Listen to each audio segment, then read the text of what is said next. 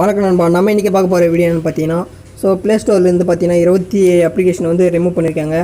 அது எந்தெந்த அப்ளிகேஷன் அப்படின்றத பற்றி தான் இன்றைக்கி நம்ம பார்க்க போகிறோம்.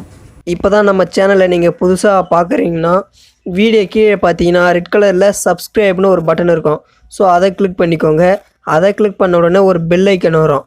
அந்த பெல் ஐக்கன் கிளிக் பண்ணிக்கோங்க. பெல் ஐக்கன் கிளிக் பண்ண உடனே 3 ஆப்ஷன் வரும். இதில் ஃபஸ்ட்டு பார்த்தீங்கன்னா ஹால்ன்ற ஆப்ஷன் வந்து செலக்ட் பண்ணிக்கோங்க.